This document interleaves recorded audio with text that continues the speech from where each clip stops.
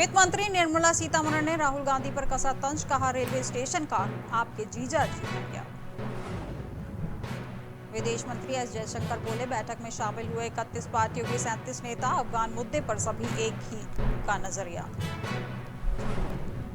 पश्चिम बंगाल हिंसा मामले में सीबीआई की बड़ी कार्रवाई, सीबीआई ने दर्ज किए 9 मामले, टीएमसी नेताओं और कार्यकर्ताओं से हो सकती है पूछताछ।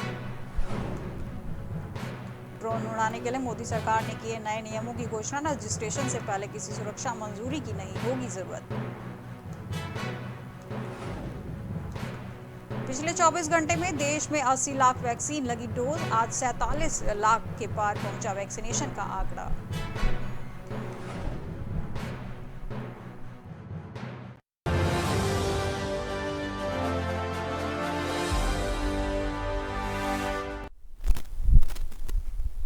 नमस्कार, मैं हूं आपके साथ में श्वेता गर्ग और आप देख रहे हैं प्राइम टीवी। आइए नजर डालते हैं उत्तर प्रदेश उत्तराखंड की खास खबरों पर।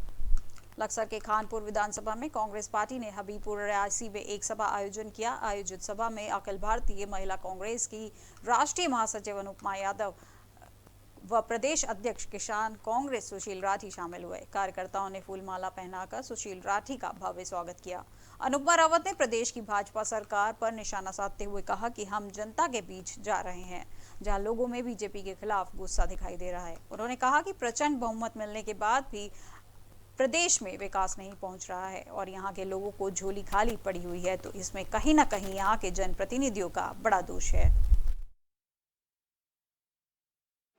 का माहौल पूरे प्रदेश में है, जगह जगह हमारे दौरे लग रहे हैं, हर जगह हम कार्यक्रमों में जा रहे हैं।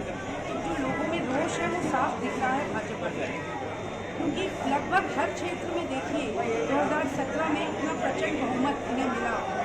हर क्षेत्र में विधायक हैं इनके, लगभग 5-5 सांसद भी हैं, लेकिन उसके बाद भी अगर प्रदेश में विकास नहीं पहुंच रहा, यहाँ के लोगों की झोली खाली पड़ी है, तो इसमें कहीं ना कहीं यहाँ के जनप्रतिनिधियों का बहुत बड़ा। आज जो स्थिति किसानों की भाजपा सरकार ने कर दी है, आज किसान सड़क पर पड़ा है लेकिन उनकी सुध लेने वाला कोई नहीं है। आज 500 से ज़्यादा किसान जो है वहाँ शहीद हो गए हैं, लेकिन सरकार को सुनने को तैयार नहीं है। किसान क्या मांग रहा है, ये 3 काले कानून। मौसम विभाग ने प्रदेश के कई जनपदों में भारी बारिश को लेकर अलर्ट जारी किया है, जिसको लेकर देहरादून डीएम आर राजेश कुमार ने ऋषिकेश में नदी के तटीय इलाकों का दौरा किया। इस दौरान उन्होंने नदियों के किनारे रहने वाले लोगों को दूसरी जगह शिफ्ट करने के निर्देश अधिकारियों को दिए। डीएम ने कहा कि जल्द ही स्थानीय लोगों को सुरक्षित तरीके से शिफ्ट किया जाए।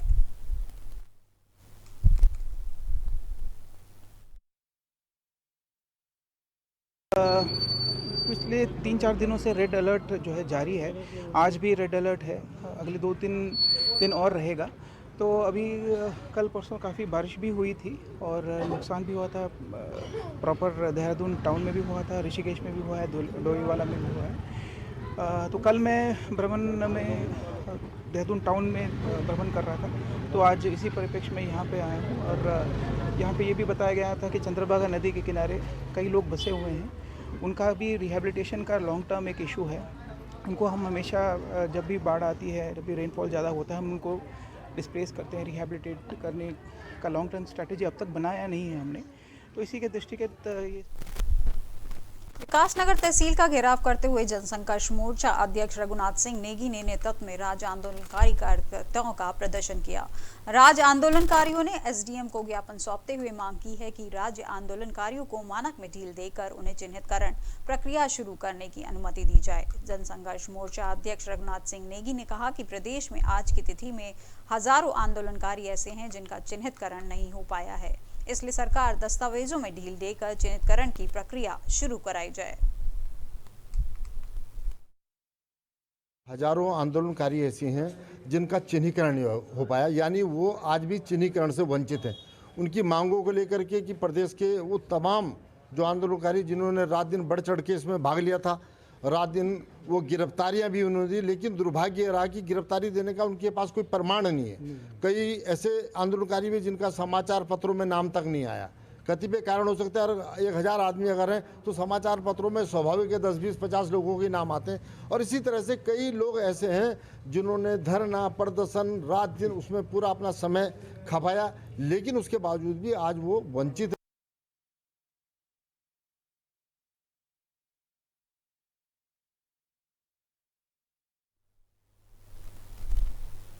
विकासनगर तहसील क्षेत्र में यमुना नदी पर बन रहा 120 मेगावाट क्षमता की 82 जल विद्युत परियोजना में काम कर रहे मजदूरों ने वेतन न मिलने से परियोजना कार्यालय पर ताला लगा दिया। श्रमिकों का कहना है कि जल विद्युत निगम, डाक पत्थर एवं गैमन इंडिया लिमिटेड के अधिकारियों ने श्रमिकों से 60 दिन में उनका पीएफ व मानदेय के लिए देने का समझौता किया था, लेकिन समझौते के 60 दिन होने के बाद भी उनका मानदेय भुगतान नहीं हुआ है और न ही उनका पीएफ मिला है। इसके अलावा कंपनी द्वारा कई श्रमिकों को हटा दिया गया है। विद्युत परियोजना 82 जो 120 मेगावाट क्षमता की यमुना नदी पे बन रही है और उसका काम अंतिम चरण में है। मात्र 10% काम ही अभी बाकी होना है और बाकी 90% काम हो चुका है। सबसे बड़ी बात आपको बता दूं कि इस जल विद्युत परियोजना में लगभग जो है सैकड़ों श्रमिक कार्यरत हैं और उन श्रमिकों का आरोप है कि उनको अभी तक जो है जल विद्युत निगम या गैमन इंडिया लिमिटेड ने उनको न तो कोई वेतन या न कोई उनका पीपी जो है जारी किया है। उनका कहना है कि लगभग जो है हमें 60 दिन का समय दिया गया था, लेकिन 60 दिन होने के बावजूद भी उनकी पीपीएफ उनको नहीं दिया गया है, नहीं उनको वेतन दिया गया है। आइए जानते हैं कि उनसे जानकारी लेते हैं कि क्या क्या परेशानी है, क्यों नहीं सरकार जो है उनको दे रही है। सर, मैं नरेश रावत, संविदा श्रमिक संघ उत्तराखंड के शाखा 82 बांध परियोजना जुडो के सेक्रेटरी हूँ। हमारे साथ सर जल विद्युत निगम और गैमन प्रबंधन ने जो क्या बोलते हैं समझौता किया था, वो एक दबाव के कारण, क्योंकि हमारे यहाँ पूर्ण रूप से विस्थापित गांव लोहारी के कारण इन्होंने परियोजना का काम बंद किया था, जिसमें गैमन में कार्यरत श्रमिकों की कोई वो नहीं है। लेकिन उसके बाद भी दबाव के कारण इन्होंने जो भी किया होगा, हम लोगों ने फिर मान लिया, ठीक है। देश में कोरोना चल रहा था, जिससे हमारे श्रमिकों को इतनी समस्या हुई, बिना पैसे का इन्होंने घर पे भेजा है। बहुत दिक्कतों के कारण जो है लोग घर पहुँचे।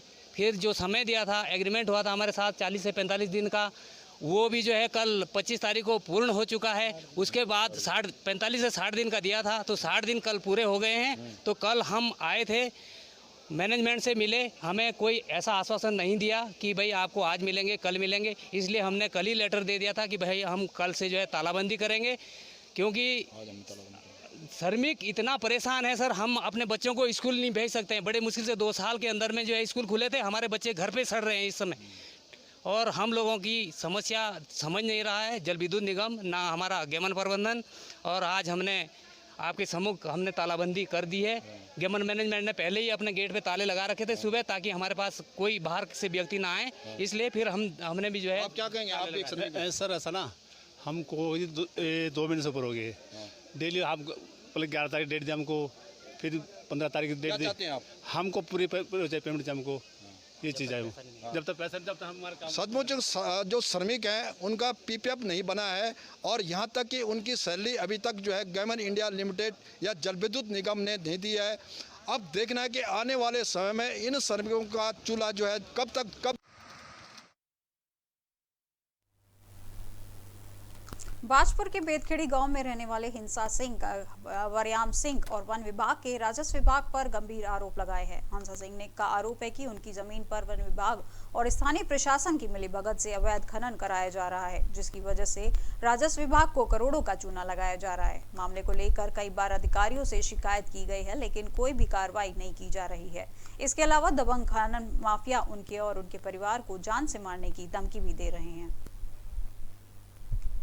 खनन का मामला, ये जंगलात वाले और ये पुलिस वाले सब मिलके ये हमारी ज़मीन पे खनन करवा रहे हैं और 140 एकड़ का ये हमारा, हम कोर्ट से जीते हुए हैं, सब कुछ हमारा है, फिर भी ये सब मिली भगत। ज़मीन है, हम गरीब लोग हैं, वो धमकाते हैं, खंडन करते हैं। खंडन नहीं होना चाहिए, हमारे को ज़मीन हमारी मिलनी चाहिए।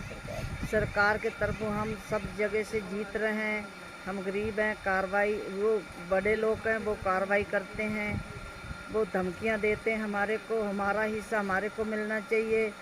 बेदखेड़ी में जो 40 एकड़ ज़मीन जो है, इसके संबंध में जो है वो न्यायालय मामला विचाराधीन है इस समय, और कुछ शिकायतें किया था इन लोगों ने, काफ़ी अवैध खनन हो रहा है संबंध में हमने टीम लगा कर, खाना अधिकारी थे, मैं था, पुलिस के लोग भी थे और वन विभाग के लोग आए थे। निरीक्षण किया गया, जो शिकायतकर्ता बुलाया भी गया मौके पे, तो बताया पूछा कि कहा उसने कि यहाँ पे हो रहा है, तो देखा कि वो नदी बह रही है, कहीं तो नदी बह रही है, उस पार इधर हो रहा कहीं दिखाई नहीं दिया उसको। कहा उसने बात तो कहा कि हम इसमें नहीं हो रहा है, वर्तमान में पर नहीं हो रहा है, यहाँ पे नहीं हो रहा है। तो इस बात से समझ था वो, लेकिन ये उन्होंने जाँच कर लिया, 3 दिन पहले गए हुए थे हम लोग, ये मामला है।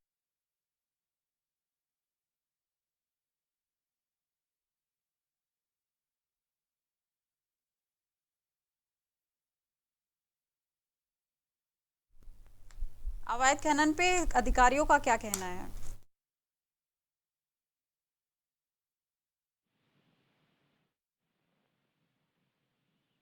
गुलबेज,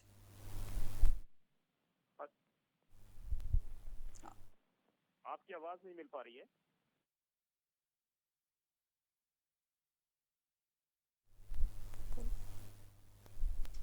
और इस खबर पे हमारे साथ हमारे संवाददाता गुलबेज हमारे साथ जुड़े हुए हैं। आखिर क्या कुछ कहना है, सीधे उनसे बात करते हैं। गुलबेज, आप ये बताइए कि इस पे अधिकारियों का क्या कहना है? जी, इसी खबर पे हमने एसडीएम बाजपुर से बात करी और बात करने के बाद एसडीएम बाजपुर विवेक प्रकाश ने हमें बताया कि 140 एकड़ जो भूमि मामला है उस पर किसी भी हमारे द्वारा और खनन अधिकारी की पूरी टीम मौके पर गई थी, लेकिन वहां पर नदी में पानी ज्यादा होने के कारण हम पूरा मौके का मुआयना नहीं कर पाए और उनका ये कहना था कि किसी भी कीमत पर अवैध खनन नहीं किया जाएगा।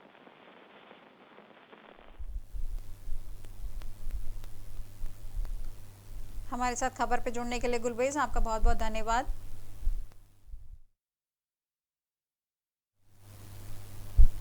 पिरान कलियर क्षेत्र के बेटपुर गांव में टीकाकरण के लिए कैंप का आयोजन किया गया, जिसमें डॉक्टर राठी ने ग्रामवासियों को अपील करते हुए कहा कि कोरोना वैक्सीन लगवाना हमारे स्वास्थ्य की रक्षा के लिए बहुत जरूरी है। उन्होंने कहा कि ग्राम बेटपुर में जो वैक्सीन लगाई जा रही है सरकार की गाइडलाइन का ध्यान रखते हुए लगाई जा रही है। गांव में कैंप लगाया गया है, उसमें अभी भी 55 और दूसरे सेंटर में 45 वैक्सीन लग चुकी है। वैक्सीन लगवाने के बाद कोविड संक्रमण की संभावना बहुत कम हो जाती है, इसलिए सभी को कैंप पर पहुंचकर वैक्सीन लगवानी चाहिए और दूसरों को भी वैक्सीनेशन के लिए जागरूक करें।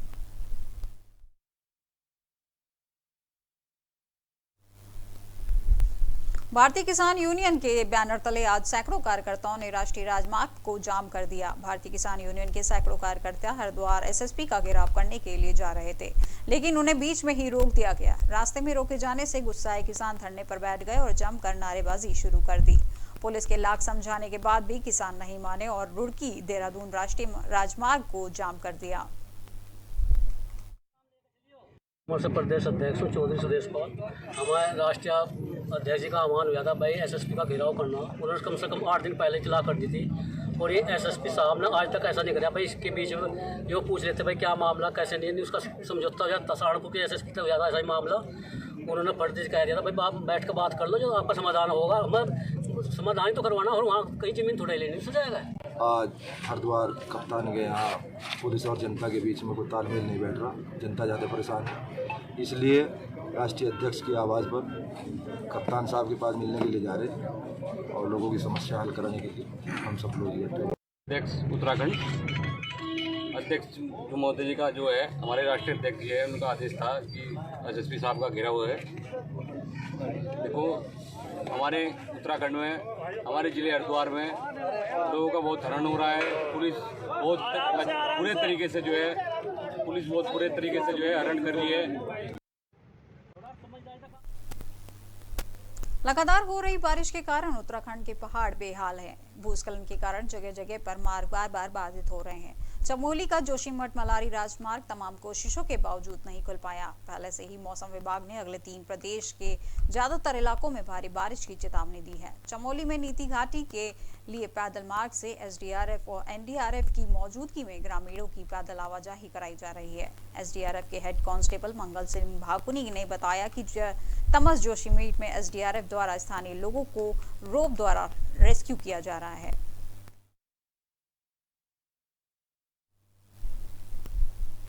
उत्तराखंड में पिछले 24 घंटों से हो रही बारिश से लोगों का जीवन अस्त व्यस्त कर दिया है। भारी बारिश को देखते हुए मौसम विभाग ने ऑरेंज अलर्ट जारी कर दिया है, जिसके बाद सीएम पुष्कर सिंह धामी ने आपदा प्रबंधन विभाग के अधिकारियों को अलर्ट रहने के निर्देश दिए हैं। इसके साथ ही उन्होंने जिले के तमाम अधिकारियों को भी मौके पर जाकर मुआयना करते हुए व्यवस्थाओं को दुरुस्त रखने के भी निर्देश दिए हैं। राज्य में अब तक 100 से ज्यादा सड़कें भूस्खलन के चलते प्रभावित हो गई हैं, जिससे जनजीवन पूरी तरह से बेहाल हो गया है। सीएम धामी ने सड़कों को भी जल्द से जल्द खुलवाने के निर्देश अधिकारियों को दिए हैं। हमने जो है चूँकि क्या था कि पिछले दिनों जुलाई 2020 से 30 जून 2021 तक और 1 जनवरी 2020 के स्तर पर उसको फ्रीज कर दिया था और 30 जून 2021 को केंद्र सरकार की तर्ज पर राज्य सरकार द्वारा हमने महंगाई भत्ता 27% जो था फ्रीज कर दिया था यहाँ पे। अब चूँकि केंद्र सरकार ने जुलाई माह से 11% बढ़ोतरी कर इसको 28% कर दिया है। यह महंगाई भत्ता 1 जुलाई से देय होगा। उसी के क्रम में राज्य सरकार ने भी निर्णय लिया है कि हम जो है 11% बढ़ाते हुए 28% करेंगे। इससे जो है लगभग 1,60,000 जो हमारे कर्मचारी हैं उनको और लगभग 1.5 लाख पहाड़ों में हो रही लगातार बारिश के चलते मैदानी क्षेत्र में लोगों का जीवन अस्त व्यस्त हो गया है, जिसके चलते नदी नाले और उफान पर चल रहे हैं। वहीं नदी को पार रहने वाले लोगों का जीना मुश्किल हो गया है। आपको बताते हैं कि गोला नदी के पार रहने वाले लोगों को अपनी रोजमर्रा की चीजों की खरीदारी के लिए लाल कुआं आना पड़ता है, लेकिन नदी का जल स्तर बढ़ जाने से उनके सामने समस्या खड़ी हो गई है। इसके अलावा नदी पार करते समय जान का खतरा भी बना रहता है। तो बहुत से आती है। अभी तो जब पानी कम होता तो वाली बात तब जरा दिक्कत कम होती, नहीं तो आती है। हम लोग कभी महीने भर तक पहले यहाँ आटा पिसा रखना हुआ, आटा दाल जो भी है, अगर जिसने नहीं हो भूखा ही रहा। सरकारी व्यवस्था या फिलहाल एक तो क्या कुछ भी नहीं है, फिलहाल ऐसी व्यवस्था कुछ भी नहीं है। चौकी होगी जो बड़ खतरे में हुई, हमारे खतरे में ऐसी व्यवस्था, स्कूल भी है वो भी तो कहाँ बंदी है। ऋषिकेश बद्रीनाथ राष्ट्रीय राजमार्ग एक बार फिर से भरपूर के पास पहाड़ी दरकने से बंद हो गया है। बता दें कि 2 दिन पहले ये राष्ट्रीय राजमार्ग 3 धारा के त्रिमूर्ति के पास पहाड़ी दरकने से 19 घंटे तक बंद रहा था, लेकिन आज सुबह से फिर से शिव मूर्ति के आगे भरपूर की पहाड़ी दरकने से आप भारी मलबे के कारण यह नेशनल हाईवे बाधित हो गया है। मलबे के हटाने के लिए जेसीबी मशीनों को लगाया गया है। स्थानीय प्रशासन के पुलिस मौके पर मौजूद है। थाना अध्यक्ष देवप्रयाग महापल्ली सिंह रावत ने बताया कि लगभग 2 से 3 घंटे मलबे को हटाने में लगेंगे और उसके बाद यातायात का आवागमन शुरू किया जाएगा। जो परसों बारिश हुई वो काफ़ी ज़बरदस्त बारिश थी, उसकी वजह से ये पूरा रोड जो हाईवे है इसमें काफ़ी जगह पे लगातार मलबा गिर रहा है और अभी भी मलबा ही आ रहा है इसमें। और ये यहाँ पे ये भरपूर नीचे जो है काफ़ी बड़ा स्पेस में जो ये मलबा आया है, काफ़ी ज़्यादा आया है। इसकी उम्मीद भी नहीं थी, लेकिन इस जगह पे भी ये मलबा आया है और इस पर पूरी रोड चल रही है। नया रोड बना रहा है यहाँ पे और ये खुल जाएगा। लेकिन मेरे लोगों से निवेदन है कि इस रूट को ज़्यादा इस्तेमाल न करें आजकल बरसात के दिन में, और जो टिहरी और बाया मलेथा निकलता है उस रूट पर ज़्यादा यात्रा करें। राजकीय चिकित्सालय की स्वास्थ्य विभाग की टीम ने आज मलिन बस्ती में चंद्रशेखर नगर में 18 वर्ष से ऊपर की आयु वर्ग के लिए वैक्सीनेशन कैंप का आयोजन किया। मेयर अनीता ममगाई के प्रयासों से आयोजित वैक्सीनेशन कैंप में युवाओं में टीकाकरण को लेकर जबरदस्त उत्साह देखा गया। इस अवसर पर महापौर ने कहा कि प्रधानमंत्री नरेंद्र मोदी की दूरगामी सोच के चलते विश्व का सबसे बड़ा टीकाकरण अभियान सफलतापूर्वक देश में चल रहा है। इस दौरान उन्होंने लोगों से अपील करते हुए कहा कि कोरोना को हराने के लिए लोगों को सरकार की ओर से जारी निर्देशों का पालन करना चाहिए और वैक्सीन के जरिए ही कोरोना को हराया जा सकता है। ये सबसे पहले तो मैं आभार व्यक्त करती हूँ ऋषिकेश की समस्त क्षेत्र की जनता के ओर से, देश के यशस्वी प्रधानमंत्री नरेंद्र भाई मोदी का, जिन्होंने कि दुनिया का सबसे बड़ा मुफ्त टीकाकरण अभियान चलाया। उसी के तहत आज हमारे वार्ड नंबर 1, 2, 3 वार्डों का ये टीकाकरण अभियान चल रहा है, जिसमें 18+ आयु वर्ग के सभी नौजवान भाई बहनों को टीकाकरण होना है। सुबह से हमारा लक्ष्य था कि हम लगभग 500 लोगों को यहाँ पर टीकाकरण करवाएंगे, लेकिन जिस प्रकार चमोली मुख्य बाजार में स्थित अग्रवाल स्वीट शॉप अचानक आग लग गई। आग लगने से दुकानों में रखा लाखों का सामान और मिठाइयां जलकर राख हो गईं। स्थानीय लोगों ने आग लगने की सूचना दमकल विभाग को दी। जानकारी मिलते ही मौके पर फायर ब्रिगेड की गाड़ियां पहुंची और आग पर काबू पाने की कोशिश की जाने लगी। कड़ी मशक्कत के बाद दमकल कर्मियों ने आग पर काबू पाया, लेकिन तब तक दुकान में रखा सारा सामान जलकर खाक हो गया।